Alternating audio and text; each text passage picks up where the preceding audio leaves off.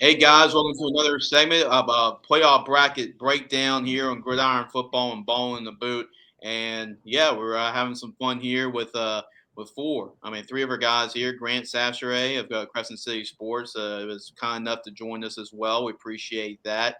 Alongside our Gridiron Football beat writers, Daryl Felker and Alex Allison, as we break down the Division II non-select bracket guys. This has been a bracket in years past when we talk about it, and there's been a whole lot of teams that could potentially win this. I mean, last year a double-digit seed came out of this bracket, and here is the official Division II non-select bracket. We're going to go down and break that one down. So, in case you're wondering who is the number one seed in this bracket, what about the Franklinton Demons, led by head coach Nick Salter from Maggio?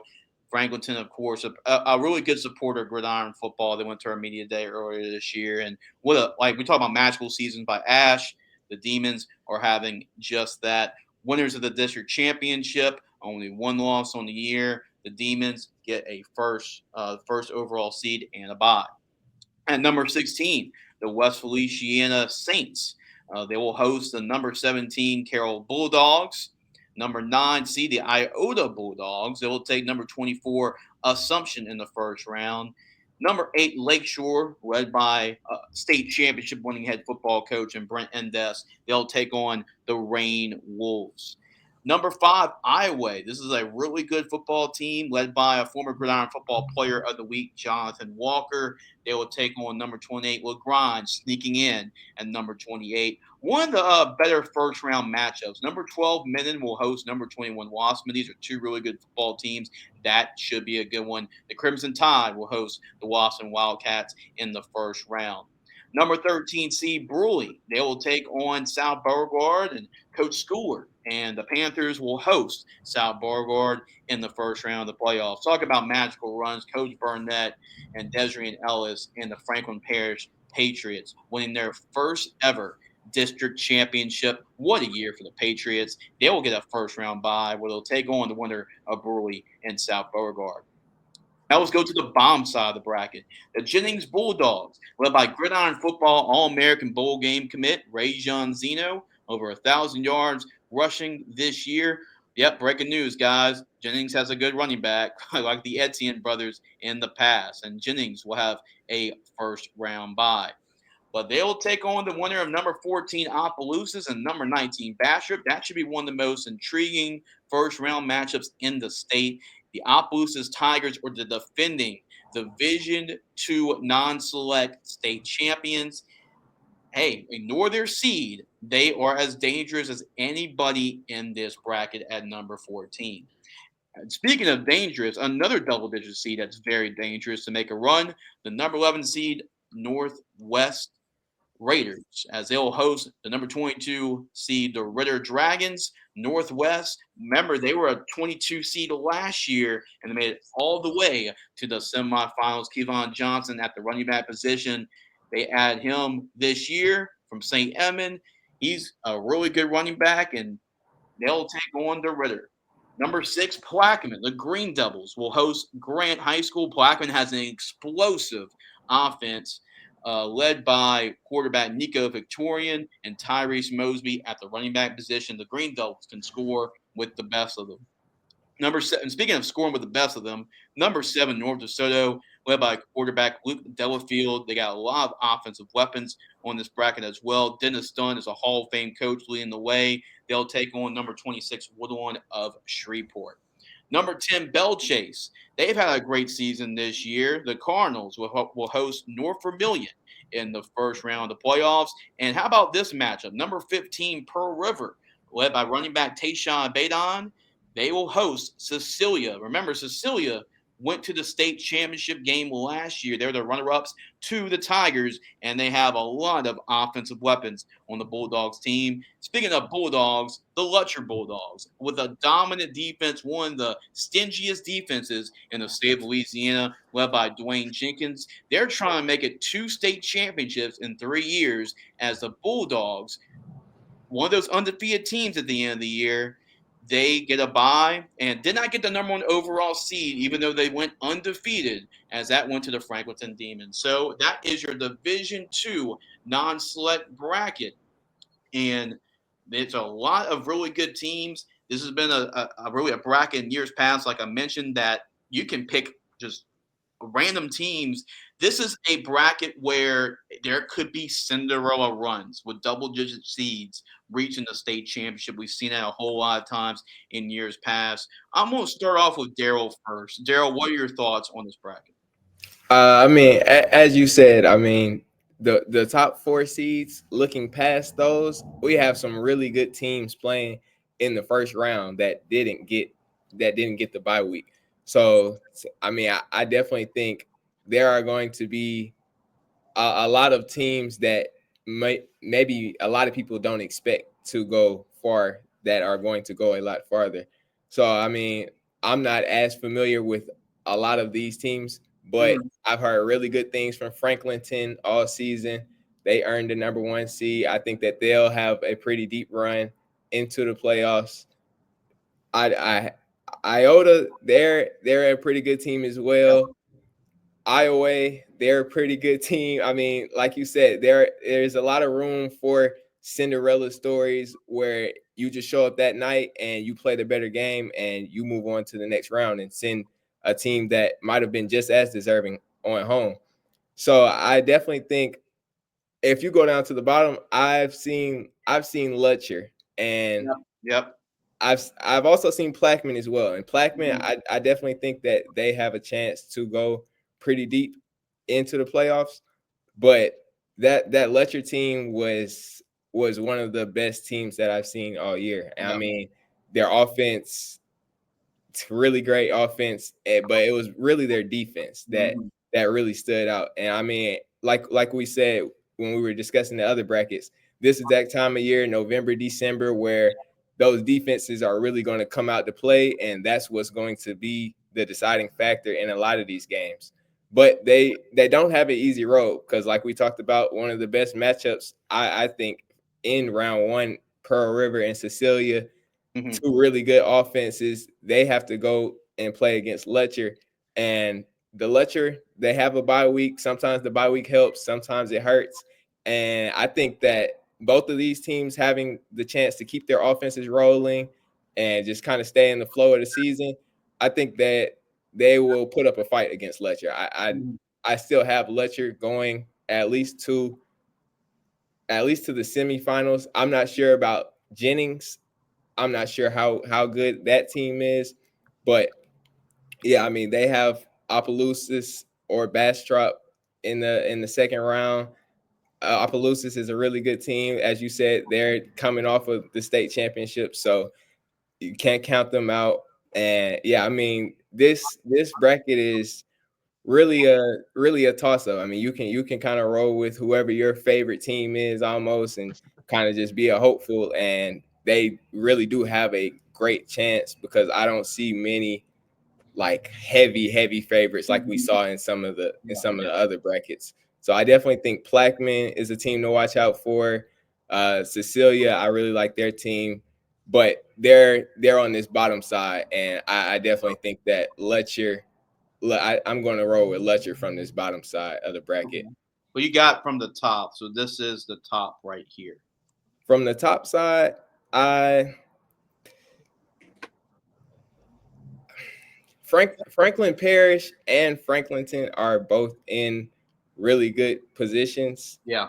but they're going to have some tough matchups when it gets to the quarterfinals. So I definitely think one of those teams would probably be my pick, but when you look at some of the teams, like I said, like Iota or Iowa, even Hmm. Minden, as you discussed, Lakeshore. I mean, a lot of these teams, if they show up that night, they can take these games from the bigger seeds. So Yeah, I agree. it's definitely going to be some fun on this top side of the bracket. But for the bottom side, I'm going to roll with Lutcher.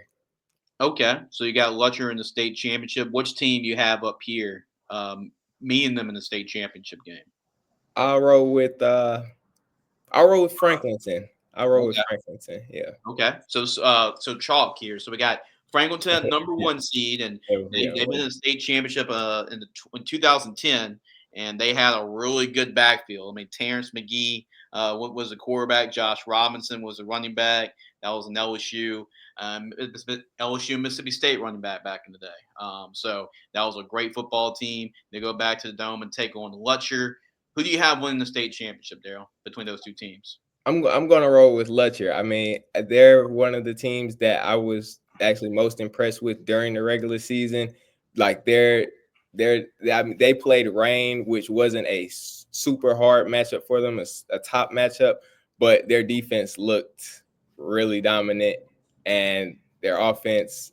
I mean, yeah, I'm going to roll with Lutcher Bulldogs.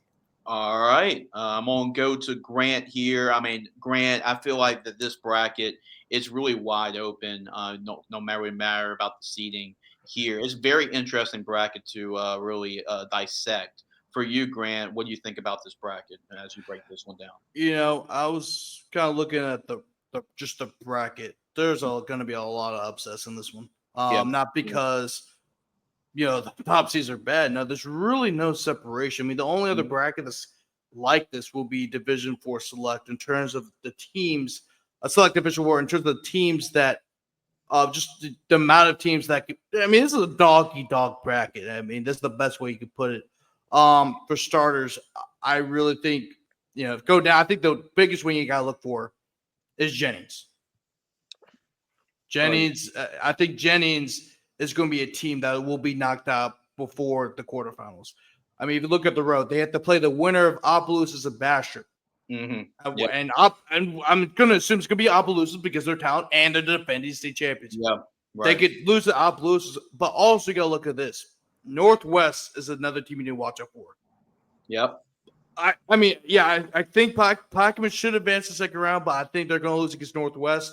I'm looking at that too. Yep. And Northwest, and let's say Jennings does in fact beat Opelousas, they will have to go past Northwest, and Northwest is another very good team. They've been there before, right? I think they've been there before. They've gone deep in the playoffs last year. Of course, I know they lost against Silly in the semifinals, but before that, they were beating all the best. Like they were the biggest story of the playoffs last year. Just considering the fact that they were they were the 22nd seed, and they advanced all the way to the semifinals. I think that's something they had not done since the early 90s. All right, so Northwest is another team to watch for, and I could easily see in all Opelousas semifinal quarterfinal game matchup.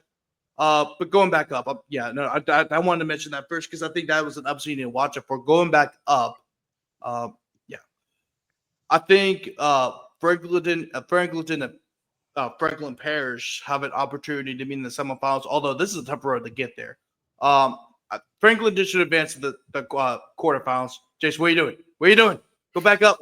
I want Franklinton or Franklin. Franklinton. I said they're gonna. They should.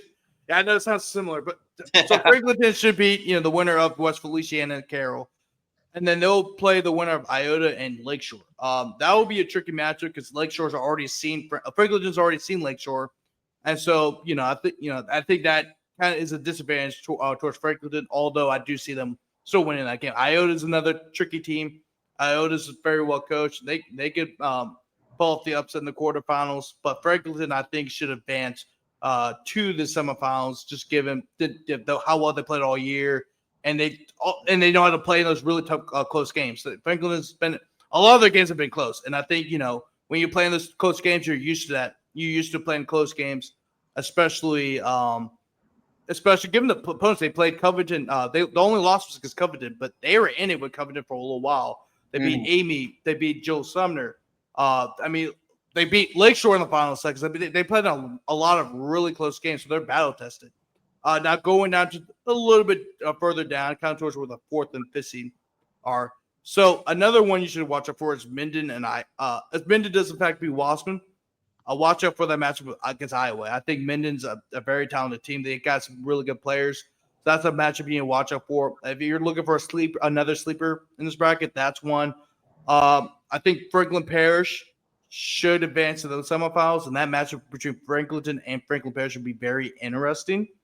But I mean, it's tough to tell. I would have to pick Franklin Parish to Yeah. go advance to the state championship. I think they're a very talented team. I really like how they play on both sides of the ball. They compete with anybody. I think that Franklin Parish is a team that Franklin really has not seen all year. Right. So I think they're gonna get Franklinton some trouble. And Franklinton's dream season will end in the semifinals. Although that just shows you how a job well done, but Nick Saltaformaggio. However, it is Nick Saltaformaggio. Coach Salt has been, he's used to these teams that kind of overachieving, and then all of a sudden they're in the state championship. We've seen that before. It wouldn't shock me if he does it again, but I think Franklin Parish has got that. Going down to the bottom of the bracket, the other end of the bracket. There you go. So, yeah, of course, I already mentioned that Jennings, I think, is a team that's going to be knocked up for the quarterfinals. I think North Dakota is another team to watch for. North Dakota will be in the quarterfinals where they will play Lutcher. I think Lutcher's got this back. I think they're going to advance to the state championship. North Dakota's another interesting team as well. I think they'll be in the quarterfinals along with Lutcher. However, North Dakota, you got to keep this in consideration. Cole Corey, I think, is going to be out for the year. I know. I'm not sure. I know he was out for a very long time. I wish he was out for the year. But I know. So yeah, I think he is. Okay. So if Cole Corey's out for the whole year, I think that's a huge loss. Yeah. I think they'll still be effective offensively, but Cole Corey, that's a huge loss for that Griffin football team. That's their wide receiver for North Dakota. Yeah, but the way Lutcher's been playing on both sides of the ball, the way they've been running the ball, Zach Jenkins is a coach's son. He's very smart. He may not have the strongest arm in the world. That doesn't matter because he's a winner. And their defense has been phenomenal. I think their defense has had 5 or 6 shutouts this year. So that's a very good Lutcher defense led by Ken Burkett and Rashad Sterling, among others. Asher Stark in the defensive backfield as well. I think Lutcher will play against Opelousas in the semifinals, and I think I have Lutcher winning that game and getting revenge from last year's loss to Opelousas in the semifinals. Yeah, or the quarterfinals last year. Yeah, right. And you have Lutcher and Franklin Parish in the state championship. Would it be a magical season for Franklin Parish? They have one of the most impressive wins all year long over Calvary Baptist. Or will it be 2 state championships in 3 years for Dwayne Jenkins? It'll be Lutcher and Dwayne Jenkins. They've been there before. That's gonna be a key fact. They've been there before. Mm-hmm. Franklin Parish is not. However, a run like this to a state to the Dome, it's gonna pay dividends for this program moving forward. That's not a knock on their program. That's just saying like Lutcher's experience. They've been there for. Dwayne Jenkins has coached in that game for 2 different programs. He's coached the Dome before. Those guys played on that 2022 state championship team. So, so you have to factor in. I think just like I said about Acadiana versus Alexandria, it's about experience. I think if you've been there before, you have a higher chance of winning those games against teams that you may think, oh, well, this other team is more talented than them. However, you have to factor in the experience. The more experience you have in the playoffs, I think the better your chances are. And Ray Butler of 14-0 Productions said that best. I think that's going to play a big factor when it comes to not only the playoffs, but also in the Dome game between, in my opinion, which will be Lutcher and Franklin Parish. Definitely, Grant, well said. So we got 2 for Lutcher. Alex, your time to chime in here. Is it going to be 3 for Lutcher? What are your thoughts on Division II non-select bracket? Lutcher. And I'll leave. No, okay. So on a serious note, one thing that is going to become increasingly difficult, I think, at least from my perspective, when talking about these, is the lack of on-field experience that some of us have had watching these teams. We talked about it with the last bracket. Daryl saw 7 of the top 8 teams in the bracket. I saw a good chunk of them. I saw 3 of the top 4. I don't think I got a chance to watch any of these teams during the season. Mm-hmm. So this is all just going off of what I know about the teams, what I've heard about the teams doing the other various things. And from that, this leads us to another situation like the Division I non-select, where the bottom bracket is a lot more interesting than the top. We can start with, let's start with that third quadrant, the Jennings bracket. I'm going to go ahead and talk about this Jennings-Opelousas potential matchup the same way everybody else is, which is it feels like, when you're filling out March Madness and you get that like 5-12 game that everyone is like, okay, the 12 ends up winning, but everybody had the 12 on the bracket, so it doesn't bust anybody's brackets because everyone knows that in a 5-12 game, like, the 12 wins oftentimes.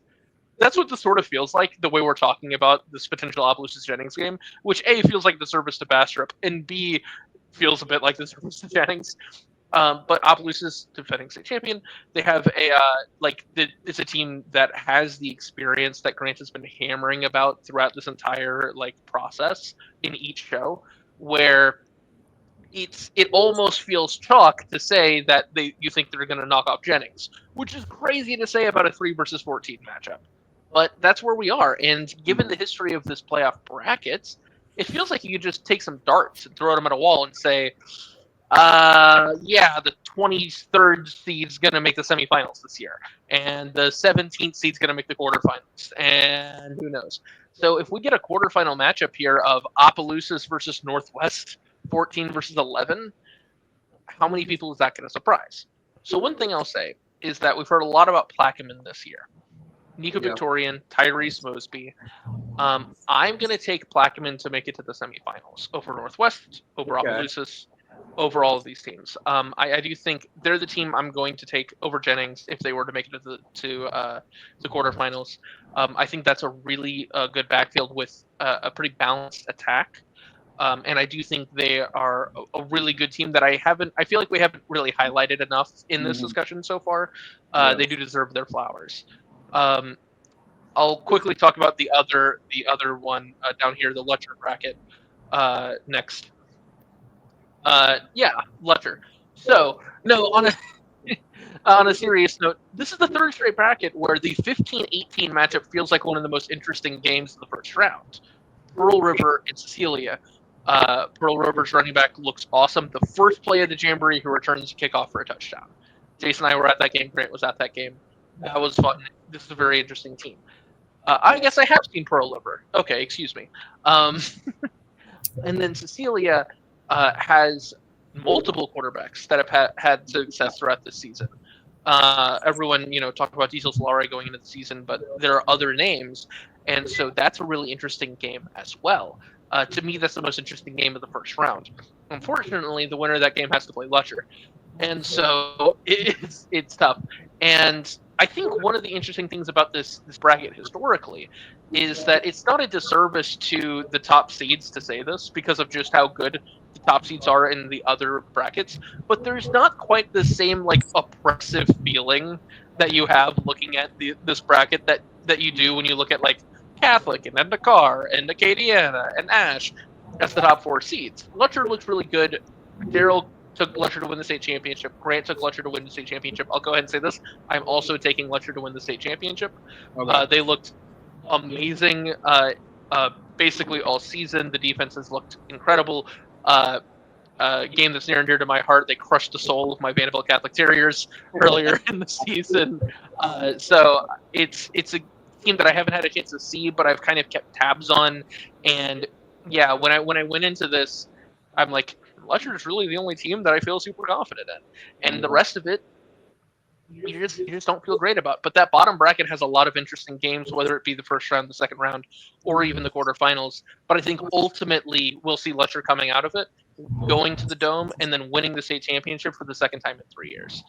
The top bracket is a lot more interesting because I feel like it's a lot of teams that we just haven't talked as much about throughout the season, or I haven't found myself as familiar with throughout the season. Franklinton, the 1 seed, they've won a bunch of close games. They've won a bunch of one-possession games. Which way does that cut? Are they battle-tested? Are they a team that knows how to win, that has won those tough games, and is going to find themselves in the semifinals, the quarterfinals, making a deep run? Maybe they make it to the Dome because of that? Or is it things that have broken their way? Is it just, a tight game against Lakeshore, all these close games that you guys were talking about? And is the shoe going to be on the other foot? Have they found themselves on the right side of variance this season? And is it just one game that doesn't go their way, that when you won a bunch of tight games, that can go either way? So I have a lot of doubts taking Franklinton to be my representative in this bracket just because of that. But you have a lot of teams that are good, are interesting, but we'll have to see how things play out.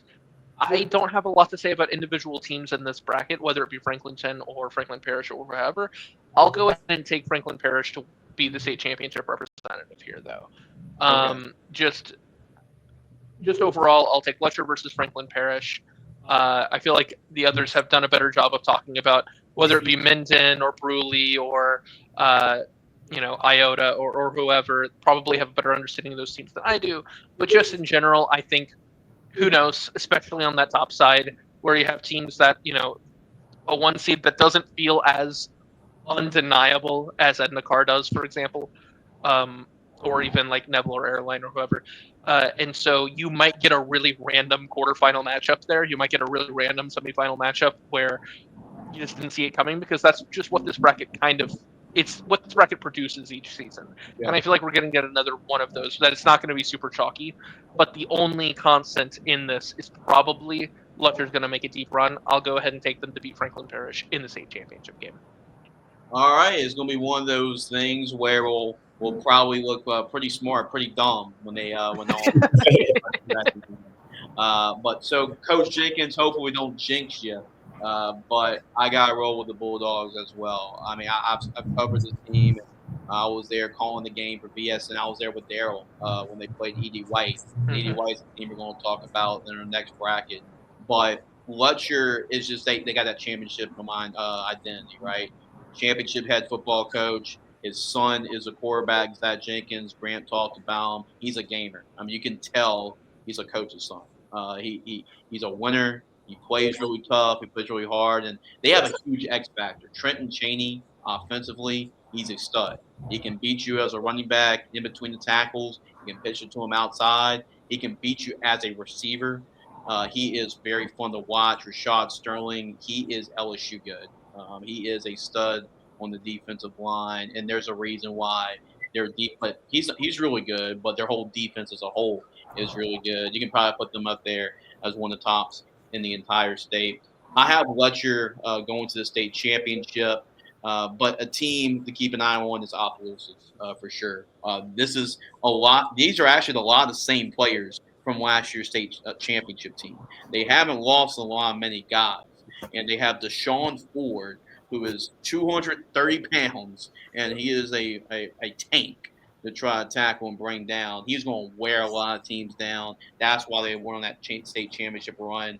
I have Opelousas going all the way to the semifinals, where they'll play Letcher, but I just like Letcher right now as a team overall to beat Opelousas in the semifinals. That Northwest Blackman game is going to be a fun one to cover.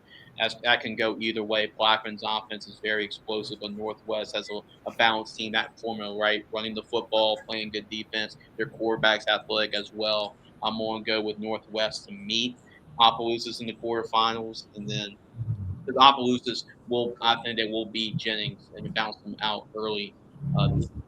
There's this bracket, that has a lot of teams that can make it far. North DeSoto can get there. I mean, they were in the semifinals last year where they lost to Opelousas, and that was an upset because North DeSoto was, I believe, they were the number one seed in last year's bracket. Off the top of my head, they were a high seed. They're going to play Lutcher, I believe, in the quarters, but they're going to fall to Lutcher there. That bottom side of the bracket is really fun to watch. I think really whoever comes out with the bottom side of the bracket will win the state championship because I really like Opelousas. I like Northwest. I like Plaquemine. I like Cecilia, Lutcher, all those teams to come out. But I'm going to go with the Lutcher Bulldogs. Top side of the bracket, I like Franklin Parish. I know Franklinton's having a great season. What a job Coach Salts Formaggio has done with that program. And they've been on that type of run, like we talked about with Alexandria earlier. They've been at a magical season. And there's some good teams. I mean, Grant talked about some great coaches in the last bracket. There's some good coaches in this bracket as well. Jimmy Zachary, a state championship coach at Opelousas. Dwayne Jenkins is a state championship head coach in this bracket. Nick Salts from Maggio is a state championship coach in this bracket. Brent Endes is a state championship winning head coach in this bracket. So there is Dennis Dunn is a state championship winning head coach in this bracket. Dennis Gaines went to the state championship. So there's some great coaches in this bracket.